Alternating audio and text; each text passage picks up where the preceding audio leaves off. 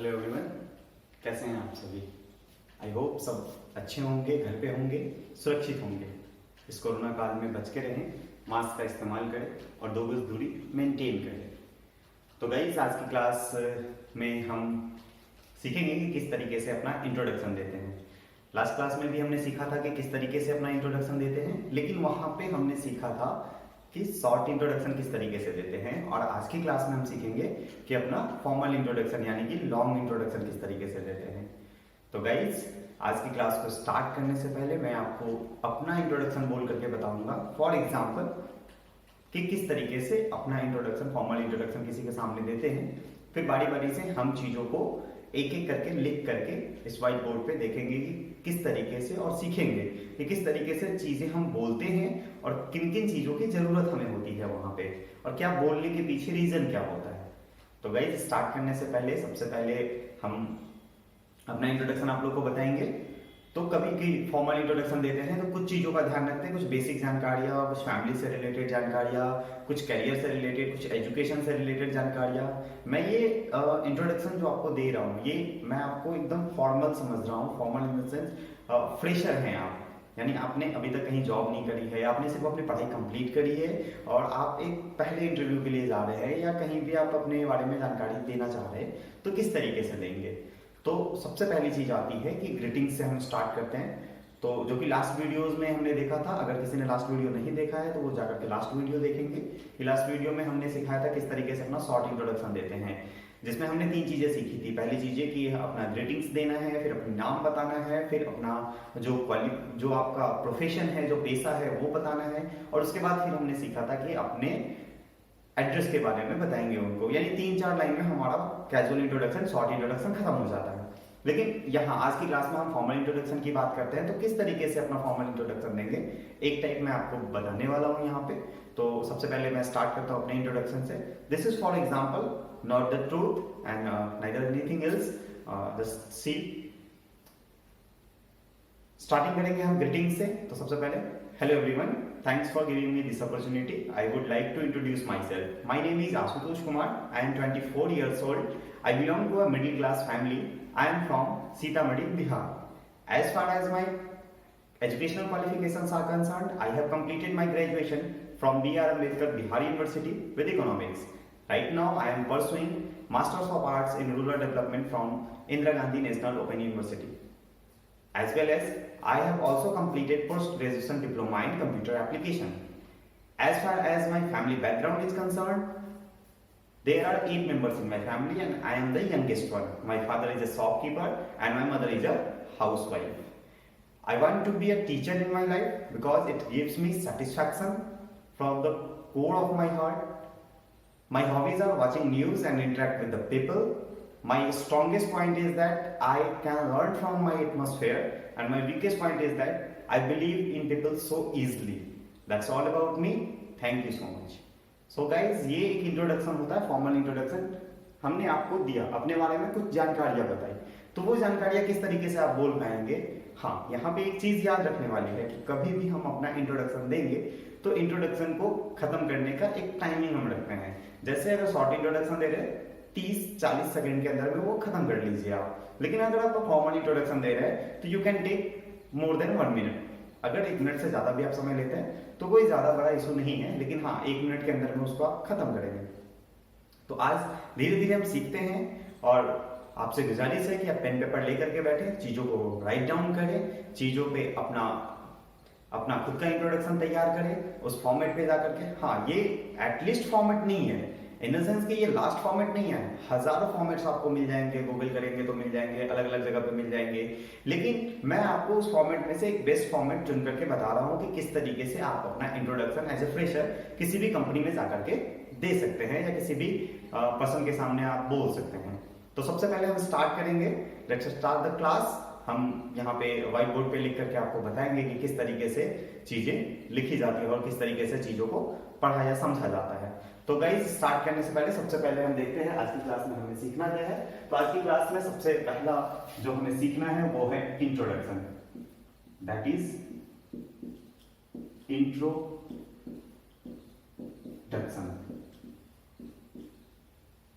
यानी कि परिचय, यानी हम अपना परिचय किस तरीके से देंगे। सबसे पहले हम ध्यान रखेंगे कि जब भी हम फॉर्मल इंट्रोडक्शन देते हैं तो ग्रीटिंग्स के बाद अपने बारे में 4 चीजें बताते हैं। कितनी चीजें? 4 चीजें बताते हैं।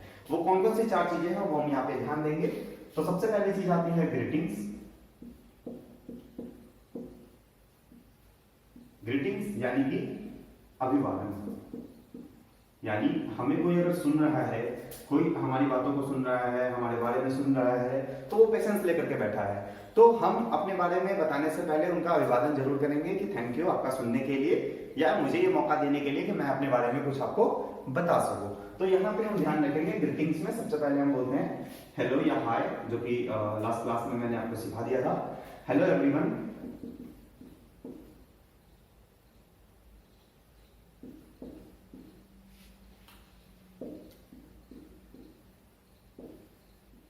thanks for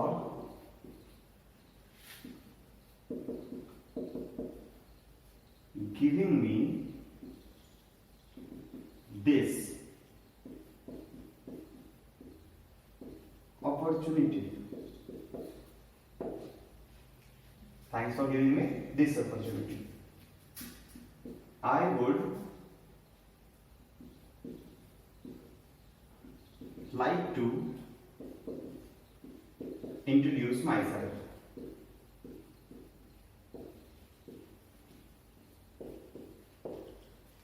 सबसे पहले ग्रीटिंग से हम स्टार्ट करेंगे। तो ग्रीटिंग्स में हमने क्या बोलना है? Hello everyone, thanks for giving me this opportunity, I would like to introduce myself. आपने जो मुझे ये मौका दिया है अपने बारे में बताने के लिए, उसके लिए मैं आपका धन्यवाद देता हूँ और आपका शुक्रगुजार हूँ मैं। तो ये लाइंस बोलेंगे गाइस। आप लोग जब लिखने की प्रैक्टिस करेंगे तो इसको आप वीडियो को पॉज करके आप लिखना शुरू कर देंगे। मैं एक एक करके रब करके आगे की चीजें बताता हूँ, क्योंकि वीडियो लंबी हो जाएगी तो आपको भी थोड़ा सा बोरिंग लगेगा, लेकिन यहाँ पे आप वीडियो पॉज करके लिख सकते हैं। इसके बाद जो चीजें आती हैं वो चीजें होती हैं आपका tell only 4 things about yourself. कितनी चीजें बतानी है? हमें सिर्फ 4 चीजें बतानी है अपने बारे में। जिसमें सबसे पहला चीज आता है, सबसे पहला मान के चलते हैं माई नेम इज, जो भी आपका नाम होगा वो डालेंगे, या फिर इसी को आई एम, जो भी नाम रहेगा, जो सुटेबल लगे आपको इस्तेमाल कर सकते हैं। दूसरी चीज आई एम ईयर्स ओल्ड। यहां पे एज बताने के पीछे मकसद ये है कि सामने वाले को हम थोड़ा सा ओवरव्यू दे देते हैं कि हाँ, हमने अपने एजुकेशनल क्वालिफिकेशंस को बीच में ड्रॉप तो नहीं किया है, हमने सारी क्लासेस लगातार करी है, या बीच में अपने आप को ड्रॉप करा है, या बीच में रोक के रखा। फॉर एग्जांपल कोई बोलता है कि माय हाईएस्ट क्वालिफिकेशन इज 12 और उसने अपना एज बताया 27 साल। तो ऑब्वियसली बात है, हमारे इंडिया में जिस तरीके से हम पढ़ाई करते हैं तो 16, 17, 18 साल के बीच में हम 12th कर लेते हैं, लेकिन 27 साल का आदमी कोई अगर 12th करके बैठा हुआ है, दैट मींस कि उसने पढ़ाई छोड़ रखी है। इसलिए यहाँ पे एज बताना थोड़ा जरूरी हो जाता है, क्योंकि आप जिस भी कंपनी वगैरह में जाते हैं आप देखते हैं कि आज के डेट में बहुत छोटे छोटे बच्चे, छोटे छोटे लड़के लड़कियां, यानी 20-21 साल के लड़के लाखों लाखों के पैकेज पे है। तो एज मैटर उतना तो नहीं करता, लेकिन हाँ, जब आप एज बताते हैं वहां से तो आपके क्वालिफिकेशंस या आपके टैलेंट को आंक लिया जाता है कि किस तरीके से ये बंदा काम करेगा आने वाले टाइम में। तो ये 2 चीजें हैं, पहली चीज अपना नाम, दूसरा अपना डेट ऑफ बर्थ बताएंगे, डेट ऑफ बर्थ सॉरी अपना एज बताएंगे। उसके बाद जो थर्ड चीज आती है, तीसरी जो चीज होती है, I belong to a middle class family. ये जो भी क्लास फैमिली है आपकी, आप उस पर डिपेंड करेंगे कि आपकी कौन सी क्लास की फैमिली है। अब यहाँ पे एक चीज ध्यान रखने वाली चीज है, हमने यहाँ पे बता दिया कि हम किस क्लास के फैमिली से बिलोंग करते हैं, middle class, upper class, lower class, below poverty line, या कोई भी क्लास की है। तो वो चीजें अपने बैकग्राउंड के बारे में थोड़ा सा सामने वाले के दिमाग में ये चीजें फिट कर देंगे कि हाँ, हम किस क्लास फैमिली से बिलोंग करते हैं। अच्छा, सबसे खास बात आपको एक चीज मैं बता दूं, यहाँ पे ये लिखने का मकसद मिडिल क्लास फैमिली बताना तो है ही, साथ में एक चीज और मैं यहाँ पे बताना चाहता हूँ कि यहाँ पे इसी लाइन में आप अपने रिलीजन को भी क्लियर करेंगे। रिलीजन दैट मीन्स कि अगर आपका नाम से ही क्लियर हो जाता है कि रिलीजन क्या है, तो वहां पे आपको रिलीजन बताने की जरूरत नहीं है। लेकिन अगर क्लियर नहीं हो रहा है तो इस लाइन को एक्सचेंज करेंगे हम रिलीजन से। फॉर एग्जाम्पल मेरा नाम आशुतोष है और अगर किसी मेरे मुस्लिम कम्युनिटी में जो मेरे दोस्त हैं उनका भी नाम आशुतोष है, तो अगर आशुतोष एक ऐसा नाम है जो दोनों कम्युनिटी में, हिंदू कम्युनिटी में और मुस्लिम कम्युनिटी दोनों कम्युनिटी में है, तो सामने वाला मे बी कंफ्यूज हो जाए, तो वहां पे इन चीजों को क्लियर कर देंगे हम, क्योंकि सामने वाले के दिमाग में ये क्वेश्चन आता है और वो डायरेक्टली आपसे नहीं पूछ पाता है, क्योंकि चीजें वहां पे थोड़ा सा ये मिसहैपनिंग लगने लगती है कि पूछूंगा तो बुरा मान जाएगा या किस तरीके का उसका बिहेवियर हो जाएगा। तो इन चीजों से बचने के लिए सामने वाला क्वेश्चंस पूछता ही नहीं है। तो हमें थोड़ा सा साइकोलॉजिकल फैक्ट को ध्यान में रखते हुए ये चीजें समझनी होंगी। सामने वाला हमसे हमारे रिलीजन के बारे में भी जानना चाहता है कि हम किस रिलीजन से बिलोंग करते हैं। तो गाइस ये चीजें यहाँ पे बता देना जरूरी होता है, यानी रिलीजन शुड बी क्लियर। यहाँ पे ये चीज होना चाहिए, रिलीजन जो है आपका वो क्लियर होना चाहिए। अगर नाम से क्लियर नहीं हो रहा है, अब किसी का नाम जॉर्ज है फॉर एग्जांपल, दो नाम से क्लियर कि क्रिश्चियन होगा, है ना। हरप्रीत कौर है, हरप्रीत कौर वो तो नाम से क्लियर है कि सिख कम्युनिटी से बिलोंग करता है। तो इसी तरीके से जिस नाम में कंफ्यूजन क्रिएट हो सकता है, वहां पे ये चीजें क्लियर करना ज्यादा जरूरी होता है। तो अपने बारे में 3 चीजें हमने यहाँ पे लिखी हैं, माय नेम इज, अपना नाम, अपने एज और कहाँ से बिलोंग करते हैं वो चीजें। और आखिरी जो चीज होती है इसमें जो अपने बारे में बतानी होती है, वो चीजें जो हम लिखते हैं वो चीजें लिखते हैं हम यहाँ पे। गाइस मैं रब कर रहा हूँ, इसका ये मतलब नहीं कि आप लोग लिखें ना, आप लोग कॉपीज में जरूर लिखें। कॉपी को वीडियो को पॉज करें, पॉज करने के बाद लिखें और वीडियो को लास्ट तक देखें, क्योंकि आप समझ पाएंगे कि इस तरीके से हम अपना इंट्रोडक्शन देंगे। ठीक है। चौथी जो चीज होती है, आप कहां से हैं, तो I live in, for example I live in Rishikesh, मैं ऋषिकेश में अभी हूं, तो मैं ये ऋषिकेश लिखूंगा, आई लिव इन ऋषिकेश इन कहां, उत्तराखंड। मैं उत्तराखंड में हूं और उत्तराखंड में कहां, ऋषिकेश में हूं। आई लिव इन ऋषिकेश इन उत्तराखंड। ठीक है, दैट्स इट। ये 4 चीजें अपने बारे में बताने के बाद हम चलते हैं एकेडमिक क्वालिफिकेशन की तरफ। एकेडमिक क्वालिफिकेशन दैट मींस कि हमने पढ़ाई क्या कर रखी है। बाकी चीजें तो जान रहे हैं हमारे बारे में, लेकिन हमने पढ़ाई क्या कर रखी है, नाम, एज, किस कम्युनिटी से बिलोंग करते हैं, कौन सी क्लास है मेरी फैमिली की, ये सब चीजें जानने के बाद अब हम चलते हैं अपने एकेडमिक क्वालिफिकेशंस पे। तो एकेडमिक क्वालिफिकेशंस की बात की जाए, एकेडमिक क्वालिफिकेशंस, तो एकेडमिक क्वालिफिकेशंस की अगर बात की जाए तो इसमें हम सबसे पहले एक लाइन जोड़ते हैं, जो लाइन होता है as far as my qualifications are concerned, as far as my qualifications are concerned, that means होता है कि जहां तक मेरी पढ़ाई लिखाई का सवाल है। बात करते हैं ना हम लोग हिंदी में जिस तरीके से बोलते हैं कि जहां तक मेरे आने का सवाल है मैं तो नहीं आ पाऊंगा, या जहां तक मेरी पढ़ाई लिखाई का सवाल है ये है, तो जहां तक, तो एज फार एज का इस्तेमाल हम इंग्लिश में करते हैं। तो यहां पे एक लाइन जोड़ेंगे, as far as my qualifications are concerned, जहां तक मेरी पढ़ाई का सवाल है, that is D guys, that is D, ये डी है। सवाल है तो अपने बारे में बताएंगे कि अपने क्वालिफिकेशंस कहां तक कर रखा है।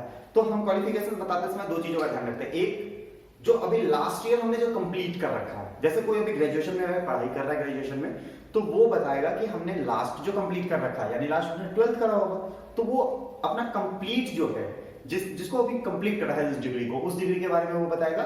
उसके बाद वो बताएगा कि किस हम एट प्रेजेंट कहां पढ़ाई कर रहे हैं, या एट प्रेजेंट राइट नाउ किस चीज की तैयारी कर रहे हैं। तो फॉर एग्जांपल के लिए मैंने यहां पे लिख रखा है कि मैंने ग्रेजुएशन करी है कहीं से भी, तो as far as my qualification are concerned, I have just completed my graduation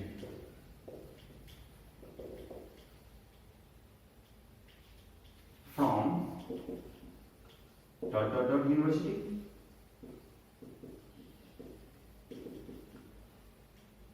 with जो सब्जेक्ट है आपका।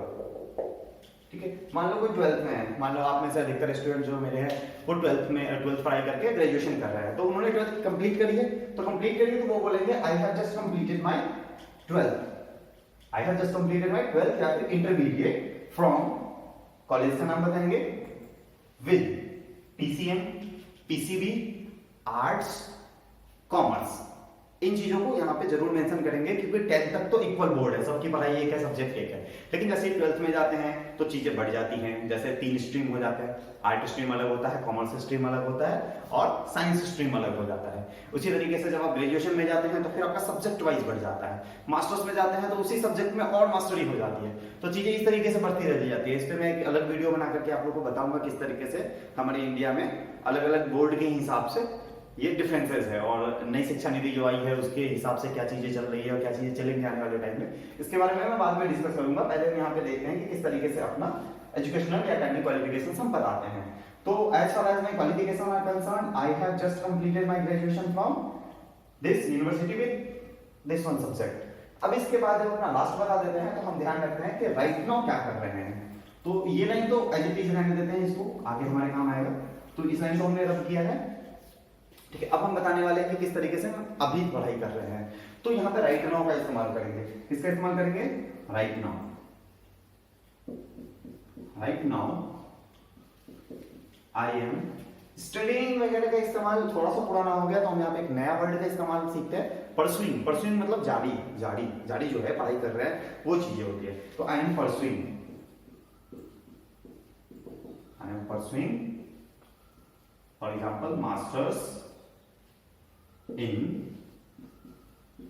rural development from team. मान लीजिए मेरा क्वालिफिकेशन, आपका क्वालिफिकेशन कुछ और हो सकता है, कुछ और चीजें हो सकती है। तो राइट नाउ यानी कि अभी क्या कर रहा हूं मैं, तो I am pursuing graduation from this university with this subject. जो चीज हमने पिछली बार लिखी थी उसी चीज को रिपीट कर देना है। अगर आप ग्रेजुएशन में है तो, अगर आप 12th में है तो 12th के बारे में बता सकते हैं। तो यहाँ पे होता है आपका एकेडमिक क्वालिफिकेशन खत्म। सबसे पहले हमने ग्रीटिंग्स सीखा, ग्रीटिंग्स के बाद हमने देखा कि किस तरीके से अपने बारे में चीजें बताता है, 4 चीजें जो हमने सीखी थी। उसके बाद हम आए एकेडमिक क्वालिफिकेशन से, कि एकेडमिक क्वालिफिकेशन हमारा क्या था। इसके बाद हम चले जाते हैं टेक्निकल क्वालिफिकेशन पे। आप जॉब के लिए जा रहे हो तो आज के डेट में तो आपको पता है 2 चीज की सबसे ज्यादा जरूरत है, या तो इंग्लिश या फिर कंप्यूटर। अगर आपको इंग्लिश नहीं आती, कंप्यूटर नहीं आता, तो आपका जिंदा रहना भगवान जाने, ठीक है। तो हम यहाँ भी सीखेंगे इंग्लिश बोलना, कंप्यूटर भी मैं आपको सिखाऊंगा। आने वाली क्लासेस में कंप्यूटर के कुछ पार्ट्स के बारे में बताऊंगा। बहुत सारी चीजें हैं कंप्यूटर्स के बारे में जानना, कहाँ से कंप्यूटर आया, किस तरीके से आया, तो वो चीजें हम आगे की क्लासेस में सीखेंगे। मैं बहुत कुछ सिखाने वाला हूँ आपको, बस धीरे धीरे सीखते जाइए और देखते जाइए। इस लॉकडाउन को यूजफुल बनाना है, इस लॉकडाउन को सो के और खा के नहीं गुजारना है। इस लॉकडाउन हम कुछ सीखेंगे, क्योंकि पढ़ेगा इंडिया तभी तो बढ़ेगा इंडिया। तो अब हम बताएंगे कि किस तरीके से हमारा टेक्निकल क्वालिफिकेशन है। टेक्निकल क्वालिफिकेशन को हम इसको रब नहीं करते, इसको रहने देते हैं, नीचे वाले को रब करते हैं। होप आप लोग राइट डाउन कर रहे होंगे। तो यहाँ पे एक चीज और बताएंगे, जैसे I have also done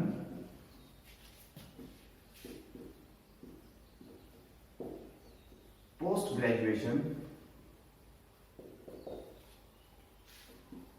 diploma in computer application. That means PGDCA एक कोर्स होता है जो कि स्टूडेंट्स करते हैं, 1 ईयर का होता है या 2 ईयर्स का भी कहीं नहीं होता है। तो PGDCA post graduation diploma in computer application. मान लो कंप्यूटर में मैंने पीजीडीसीए कर रखा है, आपने अगर डीसीए कर रहा होगा यानी डिप्लोमा इन कंप्यूटर एप्लीकेशन, किसी ने डीएफए कर रखा होगा, डिप्लोमा इन फाइनेंशियल अकाउंटिंग, या बहुत सारे कोर्सेज होते हैं कंप्यूटर के अंदर, किसी ने डीडब्ल्यूडी कर रखा होगा, डिप्लोमा इन वेब डिजाइनिंग, तो वो चीजें मेंशन कर सकते हैं। या कोई भी एजुकेशनल टेक्निकल क्वालिफिकेशन आपके पास है, टेक्निकल दैट मींस कि जिसमें कंप्यूटर या मोबाइल का इस्तेमाल किया जाता है, वो टेक्निकल क्वालिफिकेशन हो गया। यानी कि हम इंफॉर्मेशन टेक्नोलॉजी का इस्तेमाल करते हैं वहां पे, तो टेक्निकल क्वालिफिकेशन हो गया। तो किस तरीके से आपका टेक्निकल क्वालिफिकेशन वो बताना जरूरी है यहाँ पे। फिर इसके बाद आ जाते हैं, इसके बाद जो होता है हमारा एम क्या है, यानी हम लाइफ में चाहते क्या है। भैया देखो, हमने बहुत सारी बातें कर ली, हमने अपनो अभिवादन कर लिया आपका, आपको अपने बारे में बता दिया, अपने फैमिली के बारे में आपको बहुत सारी चीजें बताई, और सॉरी फैमिली के बारे में नहीं, अभी हमने आपको एजुकेशन के बारे में बताया कि एकेडमिक क्वालिफिकेशन क्या है, फिर टेक्निकल क्वालिफिकेशन पे आए। तो भैया हमारा कुछ एम होगा लाइफ में, तो एक चीज यहाँ पे ध्यान रखिएगा, कहीं आप जनरली अगर इंट्रोडक्शन दे रहे हैं तो वही एम बताए जो एम आप सही में अचीव करना चाहते हैं, सही में अचीव करना चाहते हैं। यानी एक्चुअल एम क्या है आपका लाइफ में। देखो नौकरी पाना सबका एम होता है, लेकिन कौन सी नौकरी। हम आज के डेट में सरकारी नौकरी के पीछे भागते जा रहे हैं। हमें खुद नहीं पता कौन सी सरकारी नौकरी, मास्टर्स कर लेते हैं, पीएचडी कर लेते हैं, चपरासी की नौकरी के पीछे भाग रहे हैं। तो यहाँ पे इन चीजों को ध्यान में रखना बेहद जरूरी है हमारे लिए कि कौन सी नौकरी मेरे लिए बेस्ट है, किस नौकरी में हम जाएंगे तो ज्यादा अच्छा होगा मेरे लिए और किसमें मैं अपनी जिंदगी के बाकी इच्छा गुजार सकता हूँ। तो यहाँ पे एक चीज ध्यान रखने वाली है कि अभी मैं जो बताने वाला हूँ आपको कि एम के बारे में कैसे बताएंगे, तो इसको रब करते हैं और अपने एम के बारे में बताएंगे। तो एम के बारे में दो चीजें बताएंगे। सबसे पहली चीज कि मेरा एम है क्या, ठीक है, मेरा एम है क्या। उसके बाद ये क्यों है मेरा एम, अगर है तो क्यों है। तो फॉर एग्जाम्पल मुझे टीचर बनना था एक टाइम पे मैं भी आज भी टीचर हूँ, आने वाले टाइम में भी मैं टीचर रहूंगा। और for me I am not a teacher, I am awakener. मैं कोई शिक्षक नहीं हूँ, शिक्षक बनना कोई छोटी बात नहीं होती, बहुत बड़ी बात है, कोई शिक्षक बन भी नहीं सकता इतनी आसानी से। मैं अवेकनर हूँ, मैं आपको जगाने आया हूँ, ठीक है। तो यहाँ पे लिख सकते हैं आई वांट टू बी, जो भी लिखना है आपको, जो भी बनना चाहते हैं आप लाइफ में, ठीक है, वो लिखिए यहाँ पे।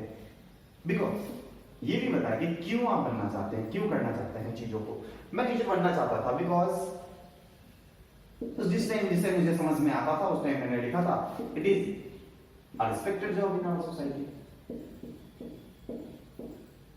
सब रिस्पेक्ट देते हैं।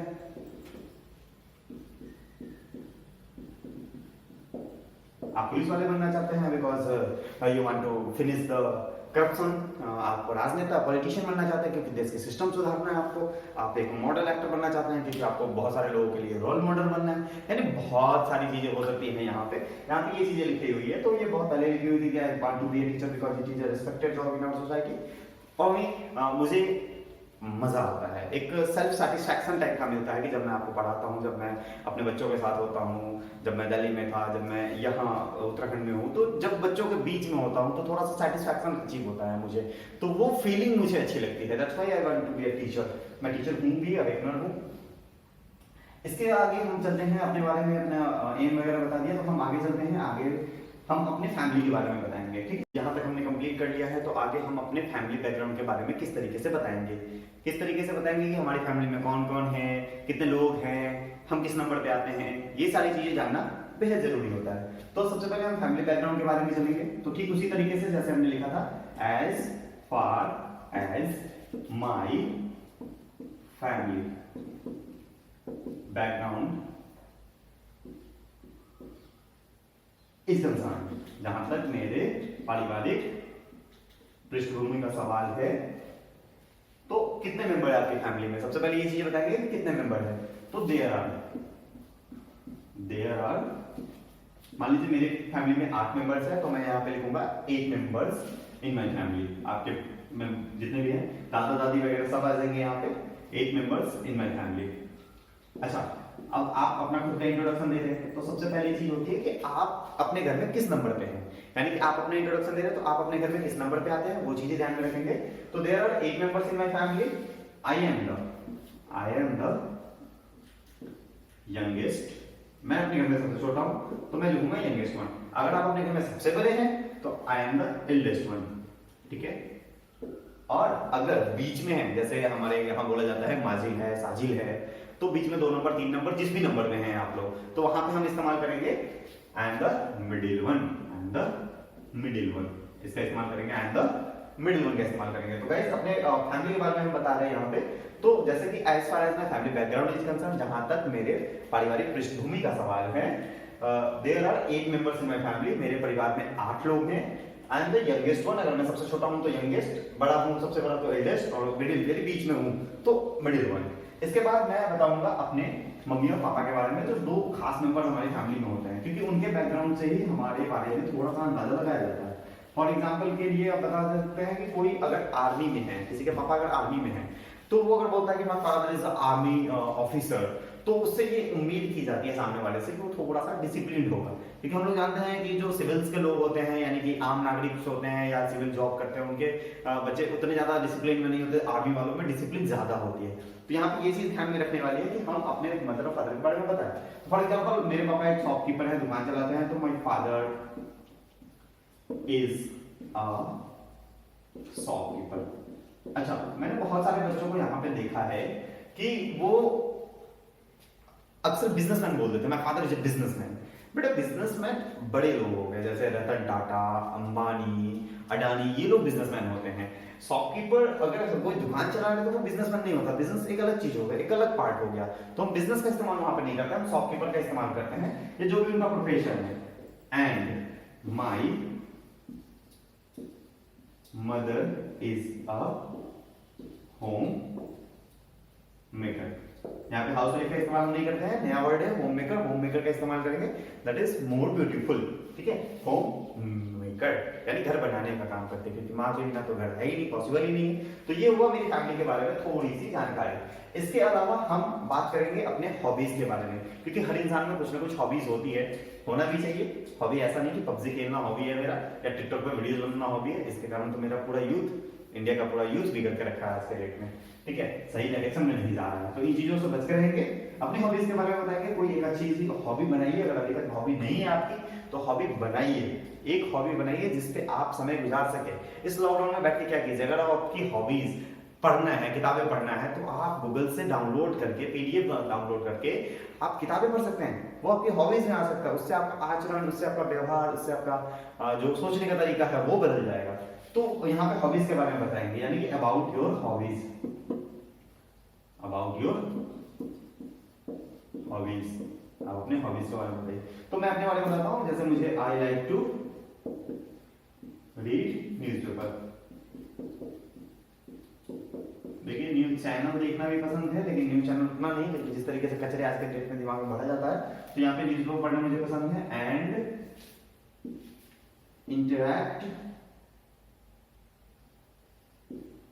विद पीपल, यानी लोगों से मिलना मुझे पसंद है, नए नए लोगों से मिलना, उनकी समस्याओं को समझना और उनके समस्याओं का समाधान करना जहां तक संभव हो सके, जहां तक मेरी क्षमता है उसके हिसाब से, या उनको मेंटोर करना, ये मुझे अच्छा लगता है। मुझे न्यूज़पेपर्स पढ़ना अच्छा लगता है, उसका एडिटेड पेज पढ़ना अच्छा लगता है। तो ये मेरी हॉबीज है, इस हॉबीज को मैं हमेशा कैरी करता हूँ, हमेशा लेके चल सकता हूँ। तो ये हॉबीज बताएंगे अपने बारे में, क्योंकि हॉबीज जानना भी जरूरी होता है। इसके अलावा हम जो बताएंगे अपने स्ट्रेंथ और वीकनेस। आप सबको पता है कि हर इंसान में, किसी ना किसी में, हर इंसान में कोई ना कोई वीकनेस होती है, कोई ना कोई स्ट्रेंथ होता है उसका। तो किस तरीके से हम अपने वीकनेस को, अपने स्ट्रेंथ को बताएंगे, वो चीजें हम यहाँ पे ध्यान रखते हैं। स्ट्रेंथ एंड वीकनेस की बात करते हैं। स्ट्रेंथ क्या है हमारी एंड वीकनेसेस क्या है,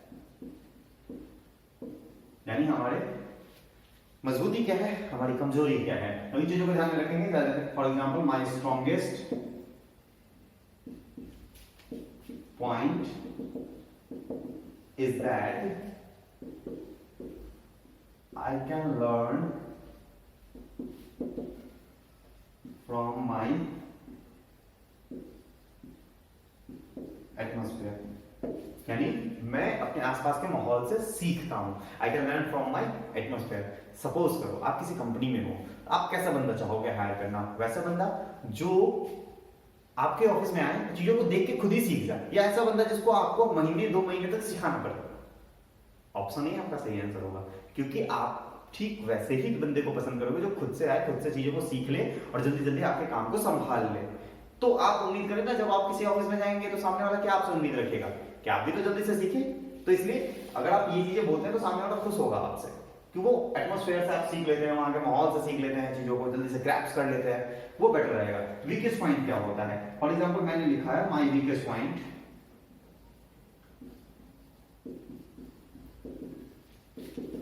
is that I believe in people so easily, यानी मेरा वीकेस्ट पॉइंट क्या है, मैं लोगों पे जल्दी विश्वास कर लेता हूँ। अब ये निगेटिव भी है, पॉजिटिव भी है, न्यूट्रल नहीं है। निगेटिव इसलिए है क्योंकि मैं जल्दी से विश्वास कर लेता हूँ तो कोई भी मुझे बेवकूफ बना जाएगा, और पॉजिटिव क्या है कि मैं जल्दी से विश्वास कर लेता हूँ, यानी मैं किसी सामने वाले के दुख दर्द को समझ जाता हूँ, जल्दी से समझ जाता हूँ। अच्छा, इसमें बताने वाली चीज है कि निगेटिव पॉइंट जब भी आप बताए तो वो उसके साथ ये इंक्लूड जरूर करें कि मैं इसको खत्म करने का या इसको कम करने का मैं कोशिश कर रहा हूँ। वो परमानेंट नहीं है, फिक्स नहीं है कि हाँ मैंने बोल दिया निगेटिव है तो जिंदगी भर मेरे साथ यही रहेगा ना, इसको बदलेंगे। तो ये बोल सकते हैं my weakest point is that I believe in people so easily and I am trying very hard to overcome from this. मैं इससे उभरने की बहुत हद तक कोशिश कर रहा हूं। तो ये स्ट्रॉन्गेस्ट और वीकेस्ट पॉइंट हो गए हमारे। इसके बाद हम अपने इंट्रोडक्शन को करेंगे खत्म। तो खत्म जैसे ही करते हैं, जैसे स्टार्टिंग में हमने शुरू किया था, तो हमने आपको बताया था किस तरीके से अपना इंट्रोडक्शन स्टार्ट करने से पहले हम ग्रीटिंग्स देते हैं, सामने वाले को धन्यवाद देते हैं। तो भाई सुनने के बाद भी तो सामने वाले को कुछ चाहिए ना भाई, उसने सुना है पूरा का पूरा, आपने पूरा वीडियो देखा है, तो मेरी तरफ से आपको बिग वाला थैंक यू। ठीक इसी तरीके से यहाँ पे भी, ठीक है, थैंक यू। ये कौन सी लाइनें होती हैं? तो ये होती हैं एंडिंग लाइंस। कौन सी लाइन होती है? एंडिंग लाइंस, यानी कि खत्म करते समय। एंडिंग लाइंस, एंडिंग लाइंस है thank you, that's all about me. मेरे बारे में ये काफी है, इतना काफी है, इससे ज्यादा मैं बताऊंगा नहीं, इससे ज्यादा आपको जानने की जरूरत नहीं है। अगर कुछ जरूरत है तो आप पूछ सकते हैं मेरे से। तो ये मेरे बारे में चीजें थी, इंट्रोडक्शन था। इस इंट्रोडक्शन को आप अपने ऊपर लेकर के देखिए, अपना एक इंट्रोडक्शन बनाएं और इंट्रोडक्शन मुझे मेल करें लिख करके। अगर आप कंप्यूटर चलाते हैं तो वर्ड में बना करके इसको मुझे मेल करें। मैं अपना मेल आईडी डिस्क्रिप्शन बॉक्स में डाल दूंगा और कमेंट सेक्शन में भी मेल आईडी होगा। आप मुझे अपनी वीडियो बना करके भी भेज सकते हैं इस इंट्रोडक्शन को बोलते हुए, जिस तरीके से मैंने शुरुआत में आपको बोल करके दिखाया है कि किस तरीके से अपना इंट्रोडक्शन देंगे। जस्ट स्ट्रेट खड़े रहना है, स्ट्रेट खड़े होकर के अपना इंट्रोडक्शन देना है। तो गाइस वीडियो को शेयर करें, सब्सक्राइब करें और मोर वीडियोस आती रहेंगी आपके पास। अलग अलग टॉपिक्स पे वीडियोस आती रहेंगी, चीजें आपको सिखाते रहेंगे। घर पे रहें, सुरक्षित रहें, stay home, stay safe. Thank you so much. मिलते हैं अगली वीडियोस में, तब तक के लिए नमस्कार। Thank you so much.